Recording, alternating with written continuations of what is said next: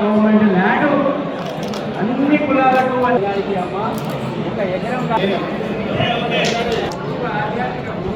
ఆ దాకా జాతికి మొత్తం అంకితం చేసుకున్నారు.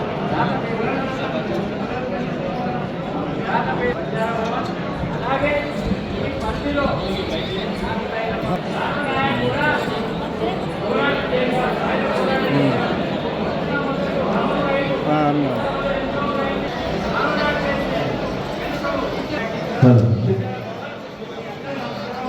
మీ అందరూ సపోర్ట్ ఉంటే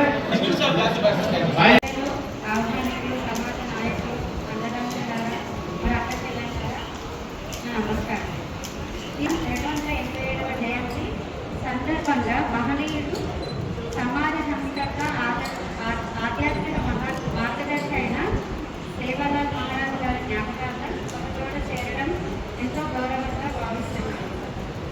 సేవాలాల్ మహారాజ్ గారు కేవలం పంచాల సమాజానికి కాదు, మొత్తం సమాజానికి మార్గదర్శకులు. ఆయన జీవితం సత్యం, ధర్మం, సమానత్వం, సేవ అనే విలువలకి ప్రతీక. అన్యాయం, అసమానతలకు వ్యతిరేకంగా పోరాడి వెనుకబడిన వర్గాల అభివృద్ధి కోసం తన జీవితాన్ని అంకితం చేశారు. ఆయన సందేశం స్పష్టంగా ఉంది: మానవత్వమే మహామతమే. మన మధ్య ఐక్యత ఉండాలి. వివక్ష లేకుండా అందరూ సమానంగా జీవించే సమాజాన్ని నిర్మించాలి. ఇదే సేవాలాల్ మహారాజ్ గారి ఆశయం. మున్సిపల్ చైర్పర్సన్గా నేను ఈ పవిత్ర దినాన ఒక హామీ ఇస్తున్నాను. మన పట్టణ అభివృద్ధి ప్రతి వర్గానికి చేరేలా కృషి చేస్తాను. శుద్ధమైన త్రాగునీరు, పరిశుభ్రత, రోడ్లు, విద్య, సంక్షేమ పథకాలు ఇవన్నీ అందరికీ అందేలా పనిచేస్తాము. సేవాలాల్ మహారాజ్ గారికి నిజమైన నివాళి అంటే కేవలం పూలమాల వేసుకోవడం కాదు, ఆయన విలువలను మన పాలనలో, మన జీవిత విధానంలో అమలు చేయడం. ఈ 287వ జయంతి సందర్భంగా మనందరం ఒక సంకల్పం చేద్దాం. సమాజ ఐక్యత కోసం పనిచేద్దాం. అవినీతి, అన్యాయాలను వ్యతిరేకంగా నిలబడదాం. ప్రతి పౌరునికి సమాన అవకాశాలు కల్పిద్దాం. నిజాయితీతో ప్రజాసేవ చేద్దాం. సేవాలాల్ మహారాజ్ గారి ఆశయాలలో మన పట్టణాన్ని అభివృద్ధి పథకంలో ముందుకు తీసుకెళ్దాం.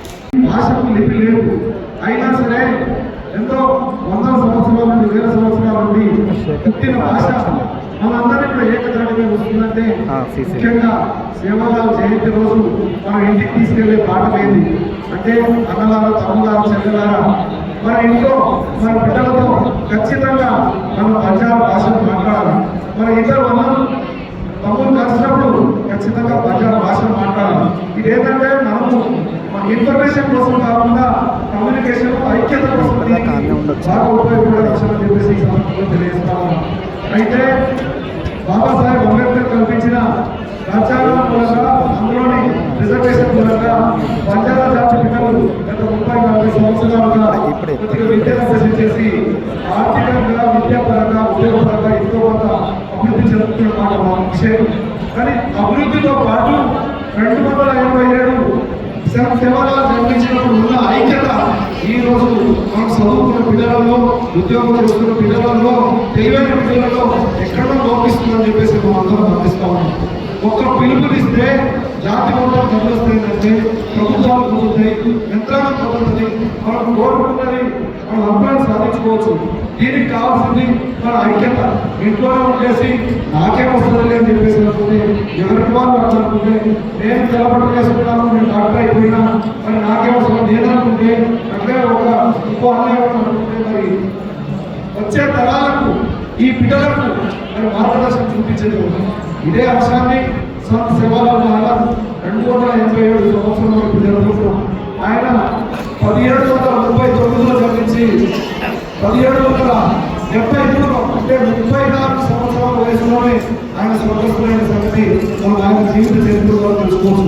అంత చిన్న వయసులోనే మన జాతికి ఎంతో గొప్ప సందేశాన్ని ఒక గొప్ప ఐక్యతను, ఒక మార్గదర్శకాన్ని, ఒక ఉన్నతిని సాధించిన మహనీయుడు అంటే వారు నేర్చుకున్న ఈ రోజు ఇంత చదువుకున్న మన బిడ్డలు, అన్నలు, తమ్ములు ఒక్కొక్కరు కూడా అంబేద్కర్ వారసులై ఈ జాతిని ఎంత ఐక్యంగా నడిపించాలో మీకు ఈ వేదిక ద్వారా రిక్వెస్ట్ చేసుకుంటా ఉన్నాను. ఎందుకంటే ఐక్యత లోపిస్తున్నది మనందరికీ తెలుస్తున్నది. కానీ ఒకరు పిలిస్తే ఈ కార్యక్రమానికి నేను ఎందుకు వెళ్ళాలి, వెళ్తే అన్న పేరు లీడర్ అని చెప్పేసి వస్తుంది కదా అని చెప్పేసి ఒక రకమైన భావజాలం మన బంజారా ప్రజల్లో ఉన్నది. దయచేసి ఒక లీడర్ అనేటోడు ఎప్పుడు శాశ్వతంగా ఉండడు. అది ఒక ధారావాహిక.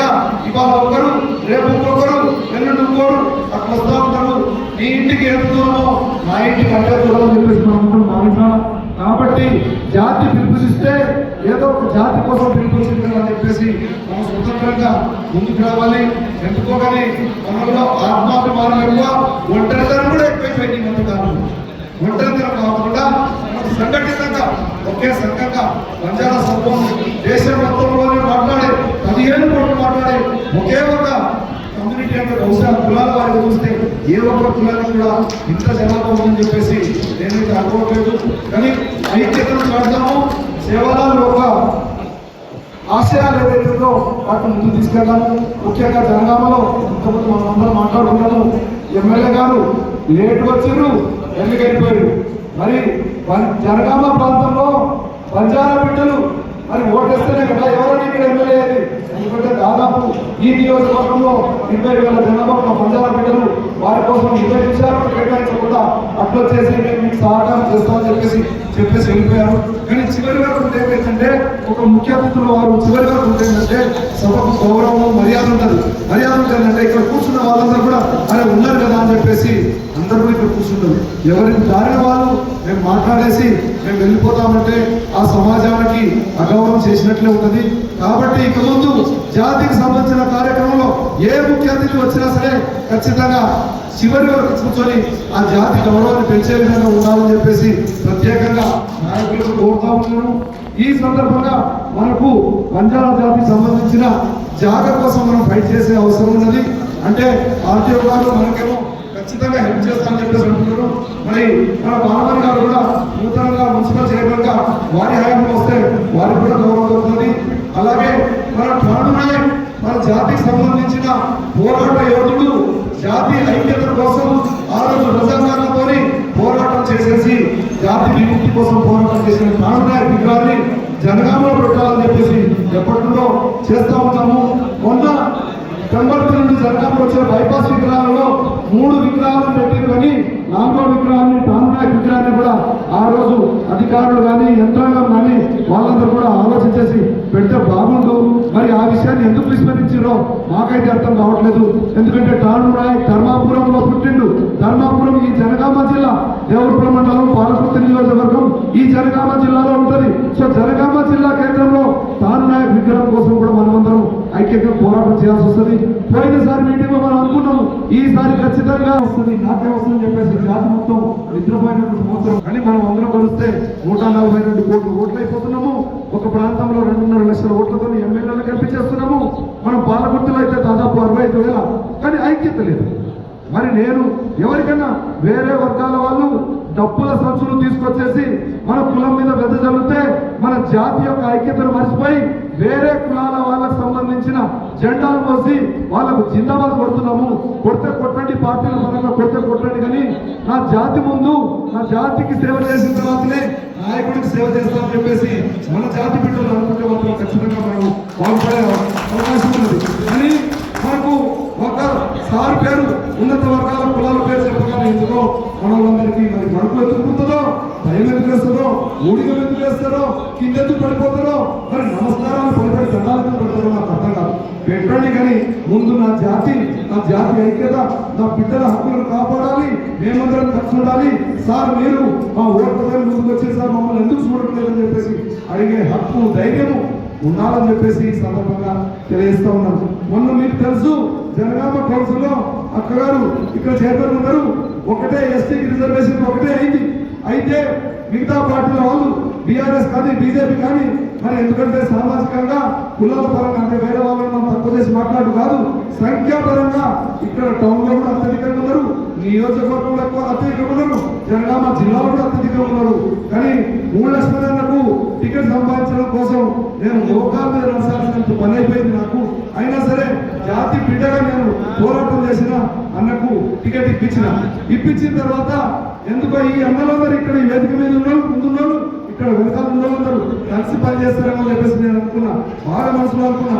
కానీ లక్ష్మణ్ నాకు పిలవలేదని ఒకడు, ఒక్కసారి పిలిచిన ఇంకోడు, పైసలు ఖర్చు పెట్టట్లేదని ఇంకోడు, ఎన్ని రకాలుగా ఆయన నాయకత్వాన్ని అంటే ఇక్కడ లక్ష్మణ్ గెలిస్తే ఒక్క లక్ష్మణ్ గెలిచినట్టు కాదు, బంజారా బిడ్డ గెలిస్తే ఈ మున్సిపల్లో మన జాతి సమస్యలు అవుతారని చెప్పేసి నేను ఆశపడ్డాను. కానీ ఆశలో నీళ్లు పోసినట్టు 5 సంవత్సరాలు బంజారా జాతి తరఫున ఆ కౌన్సిల్లో కూర్చొని మాట్లాడే అవకాశాన్ని మన బిడ్డలు కోల్పోయారు. కేవలము మన అనైక్యత మూలంగా, మనం పక్క కులాలకు ఊడిగం చేసే పద్ధతి మూలంగా, మనలో ధైర్యం లేకపోవడం మూలంగా, మనము మనవాడికి లేకపోవడం మూలంగానే ఇది జరిగింది అని ఈ రోజు సంత్ సేవాలాల్ మహారాజ్ ఆ రోజు నిజాం నవాబులతో కొట్లాడిండు, మీకు అందరికీ తెలుసు.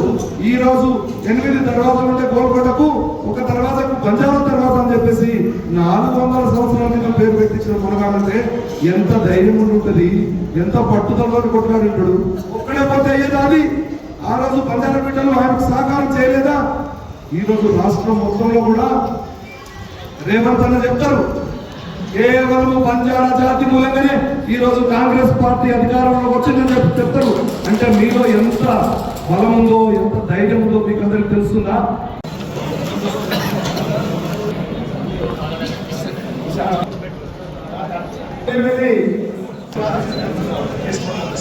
నెక్స్ట్